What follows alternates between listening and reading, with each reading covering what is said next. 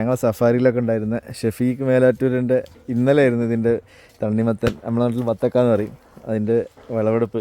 ഇതിൻ്റെ പേരെന്തടേ? Yellow Munch. പൊളിയായിരുന്നു, ഭയങ്കര മധുരമായിരുന്നു. ഇന്നലെ ഞങ്ങൾ കൂടി. അതെന്ത് സാധനം? അത് തന്നെ ഉള്ളു ഓറഞ്ച്.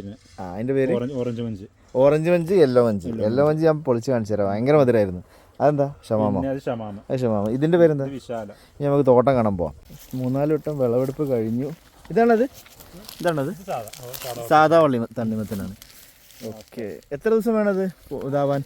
സാധാരണ 65 ദിവസം വേണം അല്ലേ? വിളവെടുപ്പ് എടുക്കാം അല്ലേ? യെല്ലോ മഞ്ചാണെങ്കിൽ 55-ാമത്തെ ദിവസം വിളവെടുപ്പ് എടുക്കാമെന്നാണ് അവർ പറയുന്നത്. ഉണ്ടല്ലേ? അടിപൊളി അടിപൊളി അടിപൊളി. ഈ സ്ഥലം മേലാറ്റൂരാണ് കേട്ടോ. മേലാറ്റൂർ എടയാറ്റൂരല്ലേ പ്രോപ്പർ? മേലാറ്റൂർക്ക് അടുത്തുള്ള എടയാറ്റൂർ. കക്കരിക്കുണ്ട്. സാധാ തണ്ണിമത്തനാണ് ഇവിടെ. ഇതാണ് പന്നീൻ്റെ ശല്യമുണ്ട്. ഇത് യെല്ലോ മഞ്ചാണിത്.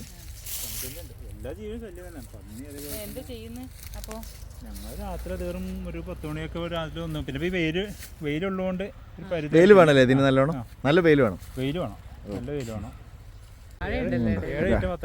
7 ഐറ്റം ബത്തക്ക 2.5 ഏക്കറിൽ കൃഷി ചെയ്യുന്ന ഷെഫീഖാണ്. ഇറാനി ബത്തക്ക ഉണ്ട്, ഒരുപാട് സ്പീഷീസ് ഉണ്ട്. എത്ര വെറൈറ്റി ഉണ്ട് ബത്തക്കയിൽ? ടോട്ടൽ 7 വെറൈറ്റി ഇപ്പോൾ ഞങ്ങളിവിടെ ചെയ്യുന്നുണ്ട്. ഓക്കെ. യെല്ലോ മഞ്ചാണ് എനിക്ക് ഏറ്റവും ഇഷ്ടപ്പെട്ടത്. കഴിഞ്ഞ ദിവസം നോമ്പുറക്ക അതിൻ്റെ സ്റ്റാർ നല്ല മധുരമായിരുന്നു. യെല്ലോ മഞ്ച്, ഓറഞ്ച് മഞ്ച്, പിന്നെ വിശാല, അരോഹി, പിന്നെ അങ്ങനെ പോയിട്ട് പിന്നെ മുക്കാസ, മാർവല്, അങ്ങനെ ഒരുപാട് ഇതിൻ്റെ വെറൈറ്റികളുണ്ട്. നേരത്തെ പറഞ്ഞ അരോഹി അല്ലേ? ഉള്ളി റെഡ് അല്ലേ? അല്ല മഞ്ഞ തന്നെ. ഇതിൻ്റെ പേരെന്താ പറഞ്ഞ? വിശാല. ഓക്കെ. വിശാലമായ കൃഷി തന്നെയാണത്. കൊള്ളാം. ഇതാണ് വിശാല. വലിപ്പമുണ്ടല്ലേ? പറിച്ചാ? ഓക്കെ. ഷമാമ് കുറച്ച് ഡിസൈനോട് കൂടിയ ഷമാമാണ്. പൊളിച്ചു.